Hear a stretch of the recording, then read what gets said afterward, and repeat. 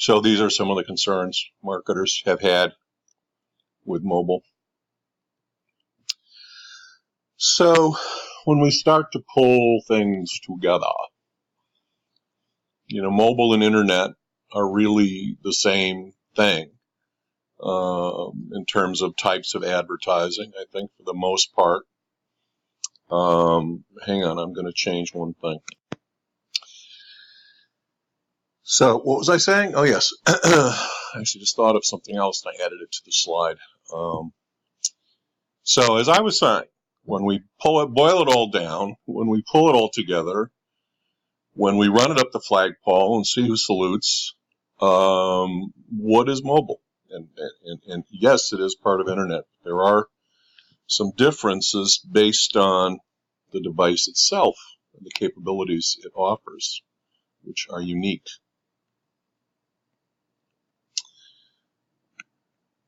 Hopefully, it's a darn thing. So what are those things? How is the phone different from a computer? It's got a smaller size screen, which is not a positive. But if it didn't, it would be harder to carry around. So it might be one of those things that one just has to live with. It's a balance between portability and screen size, right? Unlike anything else, it's always with you. What does that mean? It means you look at it hundreds of times a day. It also means that you can do geo-marketing with it to the individual. It's attached to a tube through which I breathe and inhale vital information and entertaining entertainment. This is my air supply, Mrs. or Ms. Advertiser. So do not squeeze the hose or try to jam something else down that hose that I don't want. That means I've got a shorter attention span for advertising than on any other device, I think. Also means there's easy irritability factor. It has a camera. Yes, most laptops have cameras. Well, let's face it, we don't carry around our laptops. Most laptops are taking pictures of what's in front of the screen at that time, which is usually us in our bathrobe. These phones have cameras. Apple did that very early on. Think of what that means in terms of linking with social media. And of course, the fact that it's always with you is, of course, it's the GPS that's always with us.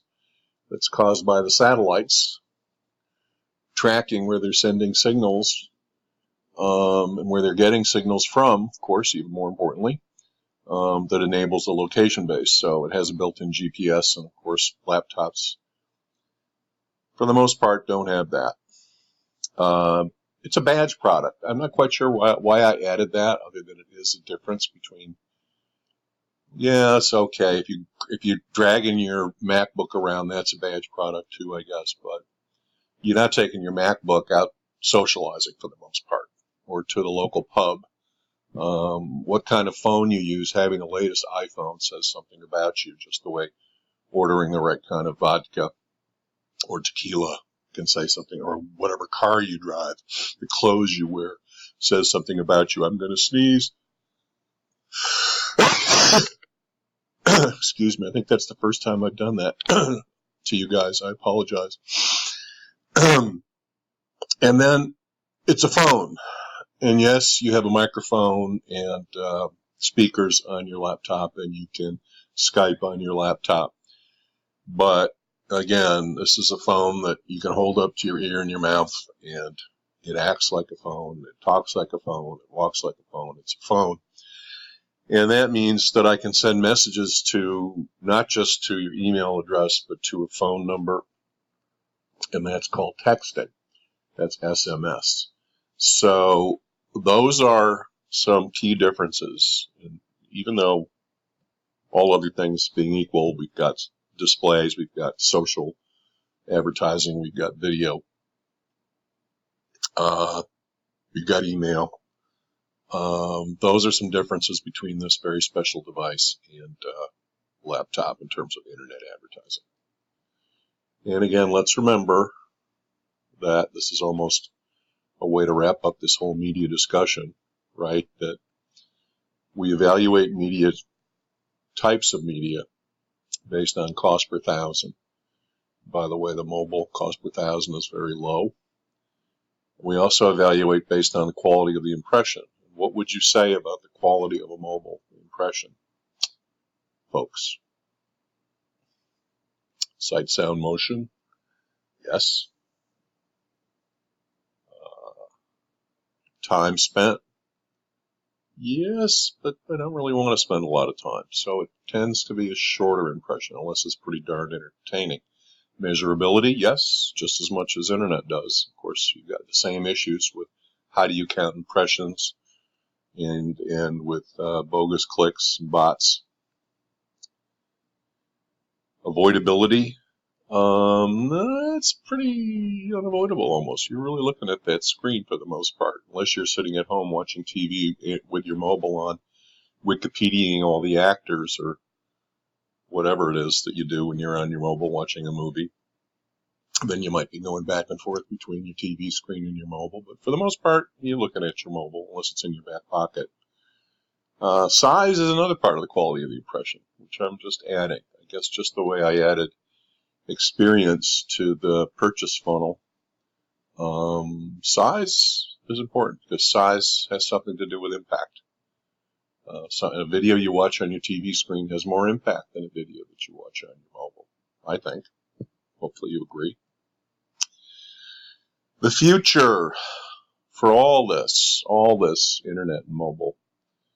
People are predicting more and more the Internet of Things with devices in your house being wired to the internet and all controlled from your Alexa. Luckily, mine's unplugged now. I'm finding I don't use it very much, to be honest with you. I asked what the weather is if I haven't heard it on the radio. I already gave one away that I bought. I gave it to my daughter. It's the little hockey puck one, not the big one. I haven't really tied it up to my Bluetooth speaker yet. Synced it with it. I should. I know that would be nice. But anyway, what else about the future? Well, these companies, the big dominant companies, Google, Facebook, Apple, Amazon, to a less extent Microsoft, there's talk, at least in terms of Google and Facebook, about the fact that they may be monopolies, controlling too much advertising, have too many types of things. They have bought up too many of their competitors. They're stifling competition, etc. Of course, privacy issues. Is privacy something, just curious, because is it something that women think about more than men? I don't know. Maybe these days. So monopolies and antitrust. Virtual reality, augmented reality, fake content, bad content available on the internet, mostly through the social networks. These are all kinds of things that are floating around out there. 5G is another one floating around out there, except Verizon's already implementing it in parts of New York. I know they've implemented it in a lot of stadiums. What is 5G? It's going to be a lot faster download time. Speeds will be faster. It will enable more data to be shared more quickly, basically, on 5G. Speaking of which, that was just a text from my weekly screen time report. My screen time was down 15% last week, everybody, to an average of 2 hours, 29 minutes a day. I rest my case. So 5G fits in our good old radio wave, electromagnetic spectrum. And you can see where it is in between cells and PCs and microwaves. And it does require investment in technology. Mobile cell companies, Verizon et al., are having to build more relay stations to handle 5G, so it is an investment. In terms of the future of the internet and mobile, of course, we have other wearables, right? We have watches. The Apple Watch can do a lot of the things the phone can do. Here's a little thing that projects a little phone-like thing on your arm. And of course, what about internet glasses? So wherever we go, we can be doing these things on the internet. Another possible part of our future, of course, if we go back to the beginning of our discussion, the fact that everything's dependent on the internet means if it goes down, and people, countries are looking at how to do that, aren't they? Then we're back to Arnold. I'll be back. Here's my other Arnold imitation. It's from a different movie. I'm the party pooper. Thank you. And if it all goes back, we'll be wanting to move in with all of our Amish relatives in Pennsylvania or Ohio or wherever they live. These folks have not allowed a lot of electronic technology into their lives. There's a film out now, The Current Wars, about Edison and Tesla and Westinghouse and the battles for setting up the first electrical networks and light systems and everything else. And is it going to be AC or DC current? And I refer you back to some of our earlier lectures where we talked quite a bit about that and how we had to lay in an electrical grid before we could do radio. These folks, the Amish, didn't go for all that. So if you've driven in Pennsylvania or Ohio, you will see these kind of lovely vehicles going around. And by the way, these folks are generally pretty prosperous. They're very good farmers. And by the way, also, if a lot of that technology goes down, we will still have radio waves. And that's why in a lot of the emergency kits, and I think you remember me talking about this with our Radio Gaga talk, your best days are still ahead radio. But emergency kits, you're advised to take a transistor radio and lots of batteries because you may be getting your communication that way if the internet is down, the ARPANET is down. So the future, 5G, et cetera, and who knows what, more wearable devices, chips implanted in our brains, who knows. So we talked about history and background. We talked about some trends. We didn't really talk about the players. Whoops. Gosh, I feel terrible. But you know what? You guys know this business so well for the same reason I didn't feel the need to show you an internet video ad. I think you all know about Verizon and T-Mobile and AT&T, the main companies in the wireless space. We talked about mobile advertising, how it works. We talked about strengths and weaknesses, and I think we did a pretty good job.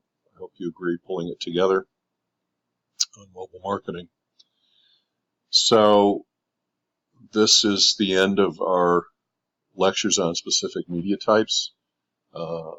We started with what's called traditional media, out of home, newspaper, magazine, print, direct mail, then electronic media, radio, and television, and then internet-enabled media like interactive advertising in general, and then mobile specifically.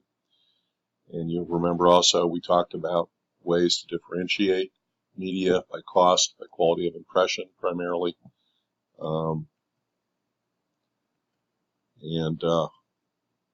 That's what we've done on this first section of our course. The next section of our course, we're going to focus on media planning. So stay tuned.